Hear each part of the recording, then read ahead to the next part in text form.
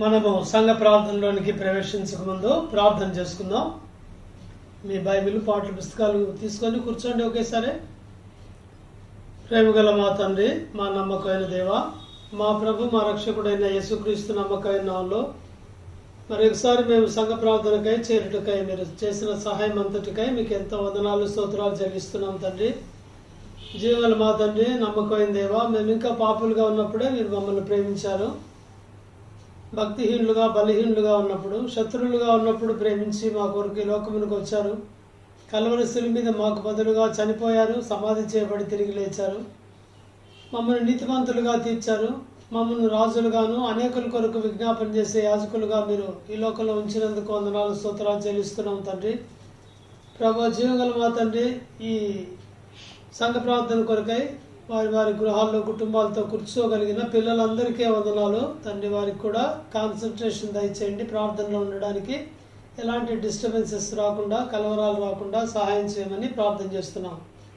అడుగుడే మీకు ఇయ్యబడును, వెదుకుడే మీకు దొరుకును, తట్టుడే మీకు తీయబడని చెప్పారు. అడుగుచుండగా దయచేయండి, వెదుకుచుండగా కనుగొనగలకు సహాయం చేయండి ప్రభా. తట్టుచుండగా మీ పరలోకి తలుపులు తెరవండి. అలాగే ప్రభా, నాకు మొరపెట్టుకుని నీకు ఉత్తరం ఇచ్చేదని చెప్పారు ఇర్మియా 33:3లో. అలాగే మేము మొరపెట్టుచుండగా మాకు ఉత్తరం దయచేయమని ప్రార్థిస్తున్నాం తండ్రి. నీతిమంతుల ప్రార్థన వైపు మీ చెవులెగ్గినందుకు వందనాలు. అన్నిటి అంతం సమీపంగా ఉంది కాబట్టి మెలకువగా ఉండి ప్రార్థన చేయమన్నారు. అలాగే మేమందరం ప్రార్థన చేయడానికి మాకు కావలసిన భారమును, ఏక మనస్సును దయచేయమని కూడా ప్రార్థిస్తున్నాం. పాడే పాటను ఆస్వాదించండి, వాక్యం ఆస్వాదించండి. మేము గడిపే ప్రార్థనా సమయం కూడా మాకు ఎంతో ఆశీర్వాదకరంగా ఉంచండి. యుక్తముగా ఎలాగ ప్రార్థన చేయాలో మాకు తెలియదు కానీ పరిశుద్ధాత్మ దేవ, చెప్పని అసఖ్యం కానీ మూలుగులతో మేము ప్రార్థన చేయటకు మాకు భారం అనుగ్రహించమని ప్రార్థిస్తున్నాం. సోదరుడు కళ్యాణ్ తండ్రి, మీరు ముట్టుచున్నందుకు వందనాలు. హాస్పిటల్లో ఉన్నాడు, దయచేసి సంపూర్ణమైన ఆరోగ్యం అనుగ్రహించమని ప్రార్థిస్తున్నాం. సిస్టర్ గ్రేస్, పాప గ్రేస్ను తండ్రి, మార్తమ్మను కూడా మీరు ధైర్యంగా ఉంచండి. అలాగే మా ప్రియులు చాలామంది ప్రభా కోవిడ్ నుంచి కోలుకోగలిగినందుకు వందనాలు.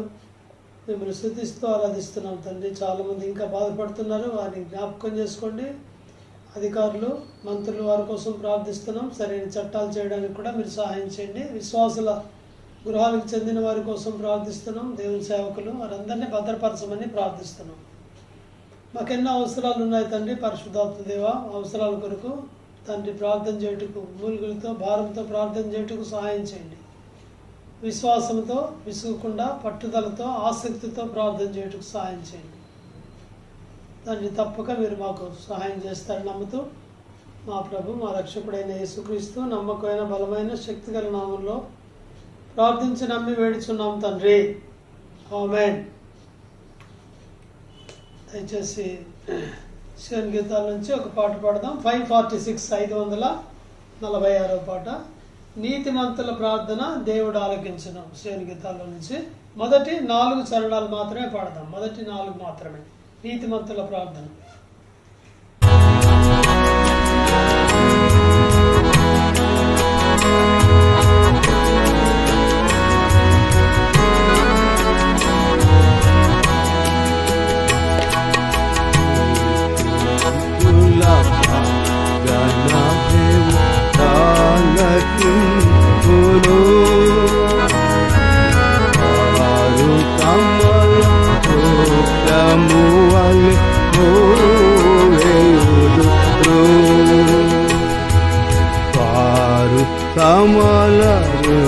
కమలములి వేయుదురు.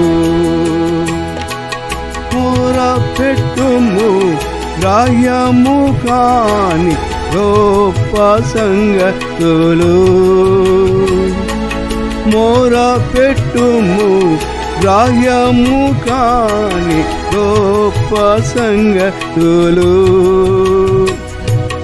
మరియు గూఢమైన సంగతుల దేవుడే తెలుపున్.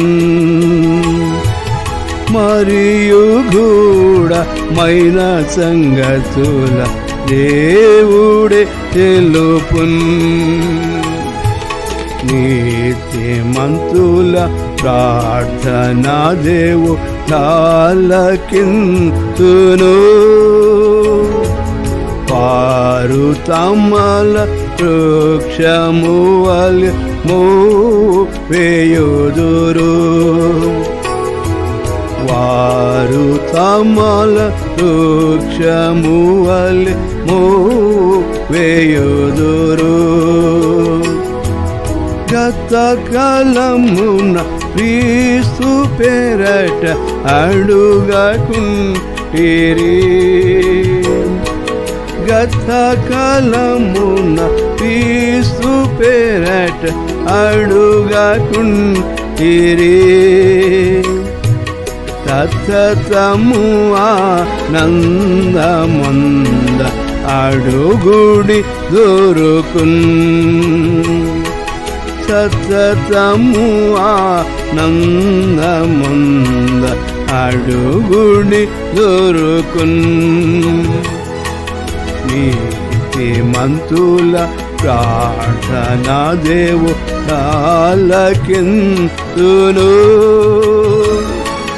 వారు తమల వృక్షము వలె వేయుదురు. వారు తమల వృక్షము వలె వేయుదురు. యెహోవా కొరకు ఎదురు చూచి పొందుడి బలము. యెహోవా కొరకు ఎదురు చూచి పొందుడి బలము. ఇహమునందు పక్షిరాజు వలె పైకెగురుదురు. ఇహమునందు పక్షిరాజు వలె పైకెగురుదురు. నీతిమంతుల ప్రార్థన దేవుడాలకింతును.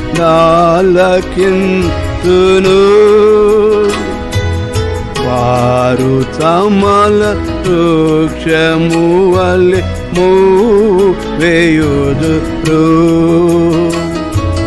వారు తమల వృక్షము వలె వేయుదురు. ఊహించలేనిది శక్యముగాని వైనట్టి క్రియలను. ఊహించలేనిది శక్యముగాని వైనట్టి క్రియలను. యెహోవా చేయ శక్తిమంతుడు అత్యధికముగా. యెహోవా చేయ శక్తిమంతుడు అత్యధికముగా. నీతిమంతుల ప్రార్థన దేవుడాలకింతును.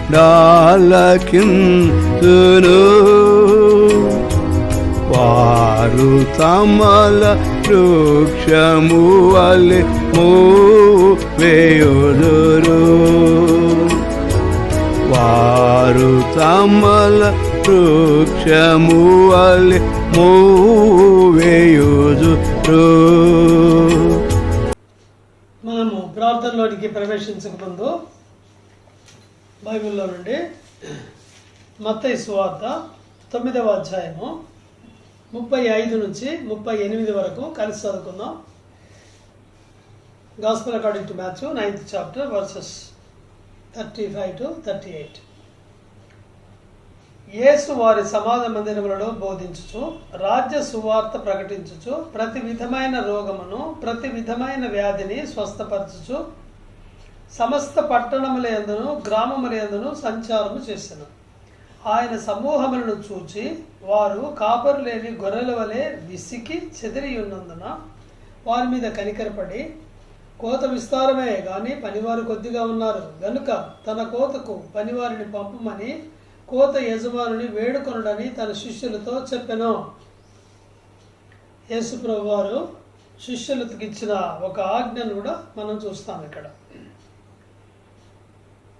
యేసు ప్రభువు వారు బోధించేవారు సమాజ మందిరాల్లో రోగములను బాగు చేసేవాడు, ప్రతి విధమైన వ్యాధిని స్వస్థపరిచేవాడు, సమస్త పట్టణములందును గ్రామములందును సంచారం చేసెను. కాబట్టి యేసుక్రీస్తు వారు సంచారం చేసే సంగతి చూడండి. అంటే హీస్ మూవింగ్. యేసుక్రీస్తు వారు ఒక చోట స్థిరంగా లేడు. ఆయన బెత్లెహేంలోనో, నజరేతులోనో, యెరూషలేంలోనో అక్కడ ఒక చిన్న రూమ్ తీసుకొని అక్కడే లేడు. ఆయన అలాగే లేడు. నిజానికి ఆయనకి ఇల్లు లేదు. ఆయన ఎప్పుడు మూవింగ్ మినిస్ట్రీ, అంటే పరిచర్య, ఆయనది కదిలే పరిచర్య. He was always on his legs అంటారు కదా, అట్లాగా ఆన్ వీల్స్ అన్నమాట ఇప్పుడు ఈ రోజుల్లో ఉంటాయి. సో ఆయన ఎల్లప్పుడూ సంచారము చేసేవాడు. అలా చేసేటప్పుడు ఆయన ఏం చేశాడు, ఒకటి చూశాడు. ఏమిటంటే సమూహములను చూచి ఆయన చాలామంది వెంబడిస్తున్నారు. నిజమే, వారి శరీర అవసరాల కొరకై ప్రభువును వెంబడిస్తున్నారు, రోగములు బాగు చేసుకోవడానికి. కానీ యేసు ప్రభు ఎలా చూస్తున్నాడు వారిని చూసినప్పుడు? వారు కాపరు లేని గొర్రెల వలె ఉన్నారు. గొర్రెలు చూడండి, కాపరు లేకపోతే ఇష్టమైన చోటుకు వెళ్తాయి కదా, అలాగే ఉన్నారు. వారు విసిగిపోయి ఉన్నారు. కొంతమంది అంటారు కదా, విసిగిపోయానండి అంటారు, అలాగ ఉన్నారు అనమాట. చెదిరిపోయి ఉన్నారు వారు. వారిని చూసినప్పుడు కలిగిన ఫీలింగ్స్ ఏంటి? వారి మీద కనికరపడ్డాడు.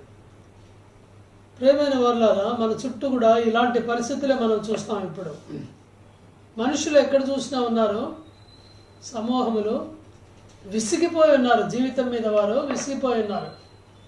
చాలా ఆత్మహత్యలు మనం వార్తాపత్రికల్లో మనం చూస్తూనే ఉన్నాం కదా. సినిమా యాక్టర్లు, ఇంకా చాలామంది అలాంటి వాళ్ళు చనిపోతున్నారు. సెలబ్రిటీస్ అంటారు కదా, అంటే బాగా పేరు పొందిన వాళ్ళు ఆత్మహత్యలు చేసుకోవడం చాలా విచిత్రమైన సంగతి. అయితే ఏమంటారు వాళ్ళు? విసిగిపోయామండి లైఫ్తో అంటారు. అలాగున్నారు ఈ రోజుల్లో. వారు చెదిరిపోయి ఉన్నారు, ఎక్కడ పడితే అక్కడ ఉన్నారు వారు. వారిని చూసినప్పుడు మనకు కలిగే ఫీలింగ్ ఏంటి? మన చుట్టూ ఉన్న ప్రజలు వారు ఇక్కడ ఈ లైఫ్లోనే విసిగిపోవడం కాదు, తర్వాత చనిపోతే యేసుప్రభు నరకకుండా నరకంలో అగ్నిగుండంలో ఉండాలి ఎల్లప్పుడూ, యుగ యుగాలు. ఈ లోకంలో మహా జీవిస్తే 70, లేకపోతే అధిక బలం ఉంటే 80, 100 సంవత్సరాలు. తర్వాత సంగతి ఏంటి? కోట్ల సంవత్సరాలు నరకంలో అగ్నిగుండంలో కేకలు వేసుకుంటూ ఉండాలి. మనం వారిని చూసినప్పుడు అంతా కూడా ఊహించాలి. వీళ్ళు చనిపోతే నరకానికి అగ్నిగుండానికి వెళ్తారు, యుగాయుగాలు అక్కడ ఉంటారు. అది మనం ఎప్పుడైతే గుర్తు చేసుకుంటామో వారిని చూసినప్పుడు మనకేం కలుగుతుందంటే కనికరం కలుగుతుంది.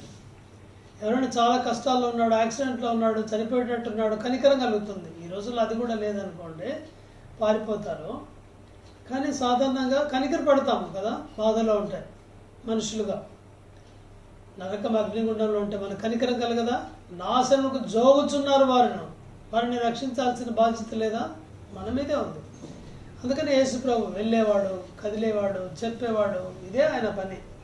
ఇప్పుడు శిష్యులతో అంటున్నాడు, కోత విస్తారమే కానీ పనివారు కొద్దిగా ఉన్నారు, కనుక తన కోతకు పనివారిని పంపమని కోత యజమానిని వేడుకొనుడని శిష్యులతో చెప్పాడు. ఎలా ఉంది? కోత విస్తారంగా ఉంది. సో పంట విస్తారంగా ఉంది, పంట పండింది, అయితే కోయాలి. కోయకపోతే ఏమవుతుంది? నష్టం అవుతుంది. పంట కాకులు వచ్చి తినేస్తాయి, దొంగలు వచ్చి తీసుకెళ్ళచ్చు, ఏమైనా జరగవచ్చు కదా. అయితే కోసేవారు లేరు, పనివారు కొద్దిగా ఉన్నారు. యేసు ప్రభు కాలంలో మాట ఇది, ఇప్పటిదాకా వాస్తవమే. There is no change in the situation. కొద్దిగా ఉన్నారు. ఇంకా కొంత కఠినంగా చెప్పాలంటే పనివారు లేరు. అందరూ తమ తమ పనుల్లోనే బిజీగా ఉన్నారు. ఫిలిప్పీ 2:21 పౌలు అంటాడు కదా, అందరూ తమ స్వకార్యమనే చూసుకొనుచున్నారు కానీ యేసుక్రీస్తు కార్యములను చూడరు. ఎవరిని అడిగినా బిజీ అంటారు. ఉద్యోగం లేని వ్యక్తి కూడా చాలా బిజీగా ఉన్నాను అంకుల్ అంటాడు. అలాగే బిజీ, ప్రతి ఒక్క టైం లేదు. అందరికి ఏం లేదంటే టైం లేదు. దేవుని కొరకు సువార్త చెప్పుటకు మనుషులకు టైం లేదు. ఎంత విచారకరమైన సంగతి. యేసుప్రభు అంటున్నాడు, కోత యజమాని వేడుకోండి, కోతకు పనివారిని పంపమని అని చెప్తున్నాడు. విశ్వాసులుగా, రక్షించబడిన వారుగా మన రెస్పాన్సిబిలిటీ, మన పని, మన జాబ్ ఏంటంటే ప్రార్థన చేయాలి. కోత యజమానుడా, దయచేసి కోత కోయడానికి పనివారిని పంపము అని ప్రార్థించాలి. నిజమే, మన సంఘాల్లో సహవాసంలో చాలామంది ఇలాంటి ప్రార్థన చేసేది మనం వింటూనే ఉంటాం. ప్రభువా, కోత విస్తారముగా ఉన్నది, పనివారిని పంపండి, దయచేసి పంపండి, లేవనెత్తండి అని చేస్తారు. యేసుప్రభు వారి శిష్యులకు ప్రార్థన చేయమని చెప్పాడు. అయితే ఎవరిని పంపాడు కోత కోయడానికి? 10వ అధ్యాయం 5వ వచనం. యేసు ఆ 12 మందిని పంపుచు, ఎవరిని పంపుతున్నాడు? ఈ 12 మందినే పంపుతున్నాడు. మీరు అన్ని జనుల దారిలోకి వెళ్ళకండి, సమరయుల పట్టణంలోకి వెళ్ళండి, సువార్త ప్రకటించండి, రోగులు స్వస్థపరచండి అని చెప్పి పంపిస్తున్నాడు. చూసారా? ప్రార్థన చేసేది ఎవరు? శిష్యులే. ప్రార్థనకు జవాబు ఎవరు? శిష్యులే. మన ప్రార్థనలకు చాలాసార్లు మనమే జవాబులము, మనమే రిప్లైస్. ప్రభువా, పని వారిని పంపమంటాము, పనికి మాత్రం పంపను. ఎన్నో సాకులు చెప్తాం. అపోస్తుల కార్యాల్లో దేవుడు తన పని కొరకై మనుషులను పంపేది మనం చూస్తాం. 1వ అధ్యాయంలో 4వ వచనంలో, మీరు కనిపెట్టి ఉండడి పరిశుద్ధాత్మ గురించి, పరిశుద్ధాత్మకై అని చెప్తాడు. 1:4. 1:8లో ఏం చెప్తున్నాడంటే, ఆయనను పరిశుద్ధాత్మ మీ మీదికి వచ్చినప్పుడు మీరు శక్తి నొందెదరు గనక మీరు యెరూషలేములోను, యూదయలోను, సమరయలోను, భూదిగంతముల వరకు నాకు సాక్షులై ఉందురు అని చెప్తాడు. సో వారు యెరూషలేములోనే నిల్చున్నారు, ఇంక పోకుండా, బయటికి వెళ్లకుండా. స్లోగా సువార్త వెళ్తుంది అనమాట. యెరూషలేములో యూదులకు మొదట సువార్త ప్రకటించబడింది పేతురు ద్వారా. తర్వాత 8వ అధ్యాయంలో ఫిలిప్పు ద్వారా సమరయులకు సువార్త ప్రకటించబడింది. 10వ అధ్యాయంలో మళ్ళీ పేతురు ద్వారా కొర్నేలి అన్యజనుడు, ఆయన అక్కడ సువార్త ప్రకటించడానికి ద్వారాలు దేవుడు తెరిచాడు. కాబట్టి మీరు వెళ్ళారు, ఇంకా అక్కడ దాకా సమరయులు ఇక్కడ దాకా వెళ్ళారు. ఇక్కడి నుంచి ఇప్పుడు పౌలు ప్రిపేర్ అయ్యాడు. 9వ అధ్యాయం నుంచి మనకు తెలుసు కదా, లాస్ట్ టైం చదువుకున్నాం సండే. సౌలు ద్వారా దేవుడు భూదిగంతముల వరకు సువార్తను తీసుకెళ్తున్నాడు. అయితే పౌలు కూడా ఆ సమయం కొరకు కనిపెట్టాలి. ఈ హ్యాస్ టు వెయిట్. పెద్దలు ప్రార్థన చేయాలి, తన కొరకై కనిపెట్టాలి, పొమ్మని చెప్పాలి, అప్పుడే పోవాలి. అపోస్తుల కార్యాలు 13వ అధ్యాయంలో అంత్యొకయలో ఉన్న సంఘంలో బర్నబా, నిగేర్ అనబడిన సిమియోను, కురియోనుడైన లూకియా, చతుర్థాత్మ హేరోతో పెంచబడిన మనయేను, సౌలు అన్న ప్రవక్తలను బోధకులు ఉండిరి.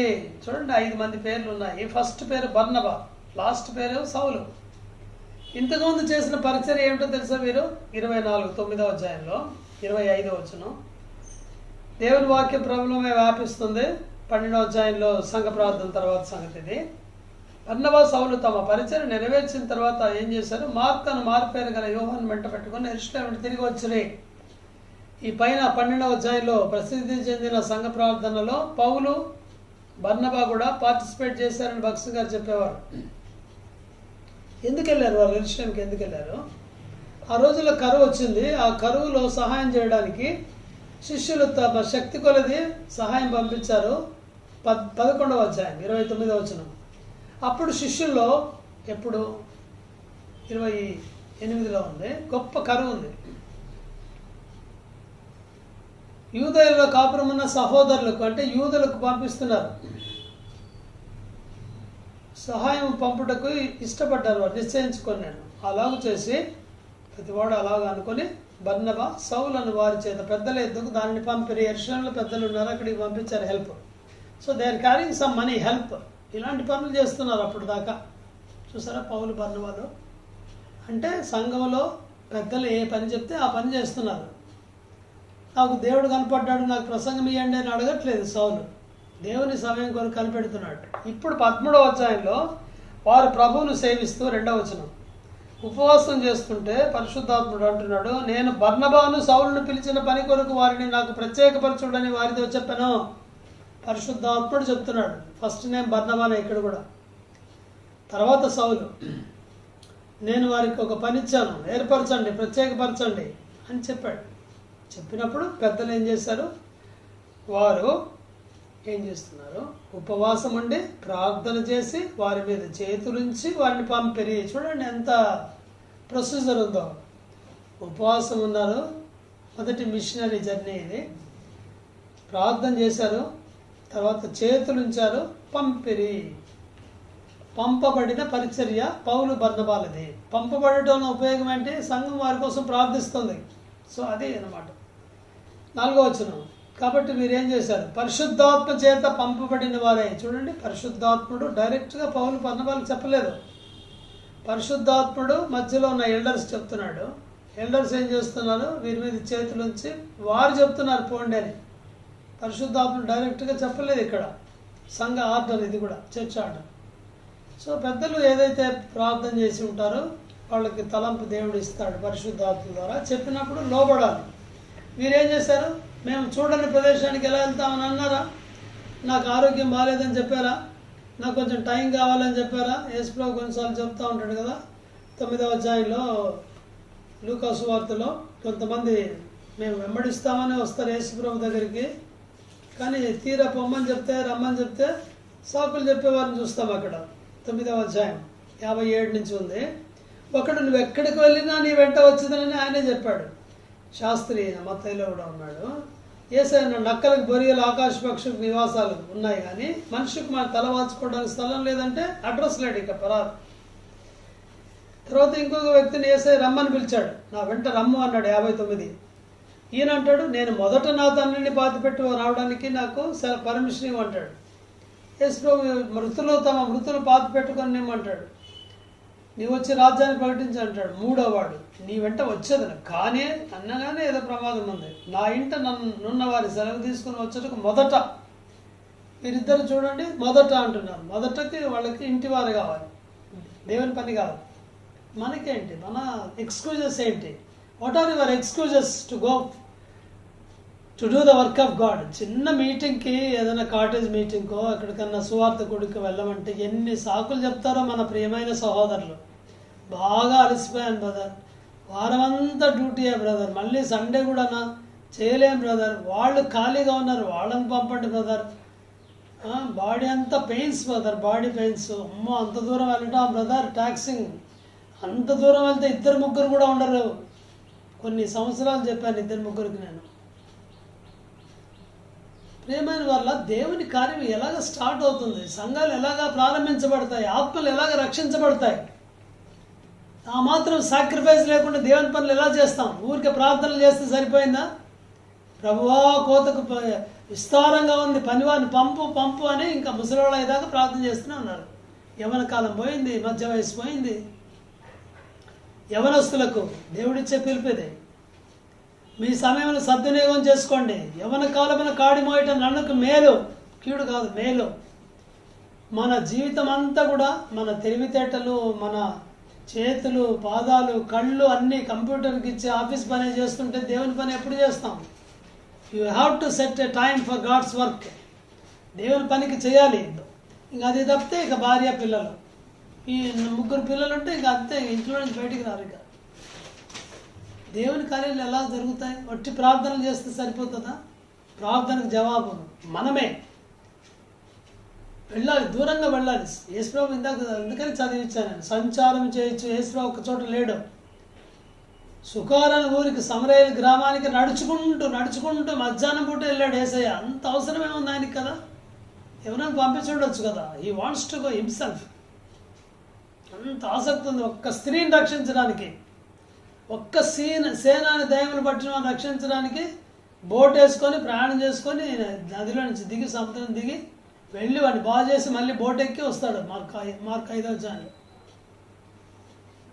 మన గురువు యేసుప్రభు వారు, మనం ఆయన శిష్యులం, మిషనరీస్. ఆయన మిషనరీ, మనం మిషనరీస్, పంపబడిన వారు. మీరు వింటున్నారు కదా ఒక మిషనరీ స్టోరీ సండే స్కూల్లో, జాన్ పేటన్. సో ఆయనకు చెప్పారంటే కొంతమంది చర్చ్లో పెద్దవాళ్ళు, నువ్వు వెళ్ళే ప్లేస్కి అక్కడ క్యానిబాల్స్ ఉన్నారు, నరమాంస భక్షకులు, నువ్వు వెళ్ళగానే వాళ్ళు నిన్ను చంపుకొని తినేస్తారు, ఎందుకు వెళ్తావు అక్కడికి అన్నాడు. ఈయన అన్నాడట, నా శరీరాన్ని నరమాంస భక్షకులు, క్యానిబాల్స్ ఒకవేళ తింటే తినవచ్చు, ఒకవేళ నేను మామూలుగా చనిపోతే భూమిలో పెడతారు, పురుగులు తింటాయి కదా అప్పుడు అన్నాడట. పురుగులు తింటాయి, ఎవరు తిన్నా నేను మహిమా శరీరంతో మీలాగా నేను లేస్తాను అన్నాడట. చూడండి ఎంత తెగించి వెళ్తున్నారో.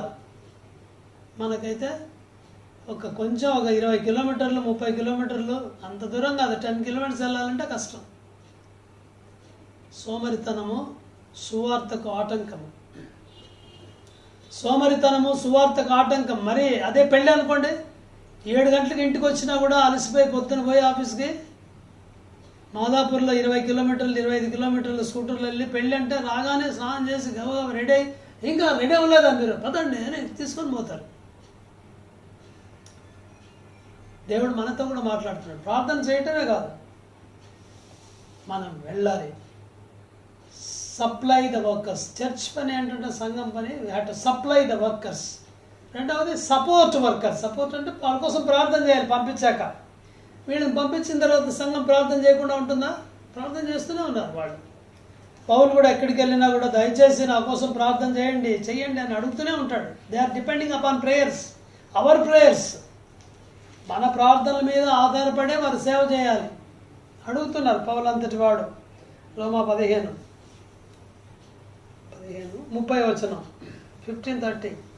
సహోదరులారా, నేను యూదయలోని అవిధేయుల చేతిలో నుండి తప్పించబడి, అవిధేయులు కొంతమంది ఉన్నారు, వారు మనల్ని బంధిస్తారు. తప్పించబడాలి రక్షణ కొరకు. ఈ పరిచర్య పరిశుద్ధులకు ప్రీతికరమగినట్లు నేను దేవుని చిత్తం వల్ల సంతోషంతో మీ యొద్దకు వచ్చి మీతో కలిసి విశ్రాంతి పొందినట్లు. నేను చేసే పని దేవుని చిత్తంతో సంతోషంతో చేయనట్లుగా, సంతోషంతో మళ్ళీ మీ దగ్గరికి వచ్చినట్లుగా, ఇది ఇష్టమవునట్లుగా పరిశుద్ధులకు ప్రార్థన చేయండి అంటాడు. మీతో కలిసి విశ్రాంతి పొందినట్లు, తిరిగి వచ్చి మీతో పాటు నేను విశ్రాంతి అంటే సంతోషిస్తానని, నిద్రపోతానని కాదు. నాతో ప్రార్థనలో మీరు కలిసి పోరాడాలని యేసుప్రభు ప్రేమను బట్టి ఆత్మ వలన మిమ్మల్ని బతిమాలు కొనుచున్నాను. బతిలాడుతున్నాడు పౌలు. ఎఫెసీ 6వ అధ్యాయంలో కూడా చెప్తాడు ఇవే మాటలు. చాలాసార్లు మనం చదువుకుంటాం కదా, మీరు పరిశుద్ధుల కొరకు ప్రార్థించండి, నా కోసం కూడా ప్రార్థించండి. ఎందుకోసం? నేను సువార్త మర్మమును ధైర్యంగా తెలియజేయుటకు 19వ వచనం 6:19. నేను నోరు తెరిచినప్పుడు ఎలా మాట్లాడాలో మాట్లాడవలసినట్టుగా ధైర్యంతో మాట్లాడుటకు వాక్శక్తి నాకు అనుగ్రహించబడినట్లు. ఇవన్నీ మనం ప్రార్థన చేయాలి. దేవుని సేవకుల కొరకై పంపించేదే కాదు, సపోర్ట్ చేస్తాము ప్రార్థన ద్వారా, పైసల ద్వారా కూడా సపోర్ట్ చేస్తాం. మీరు వెళ్ళలేని స్థితిలో ఉంటే, సిక్గా ఉండి, ఓల్డ్ పీపుల్గా ఉంటే, you can send your money to support the work. కాబట్టి వారి అవసరాల కొరకు ప్రార్థన చేయాలి. దేవుని పనికి వెళ్ళిన వారి ప్రయాణాల కొరకు, వారి ఆరోగ్యాల కోసం. అక్కడ దుష్టులైన మనుషులు ఉంటారు, తప్పించబడాలి. వారు కొత్త ప్లేసెస్కి వెళ్తారు. అనేకమైన పోరాటాలు ఉన్నాయి అక్కడ.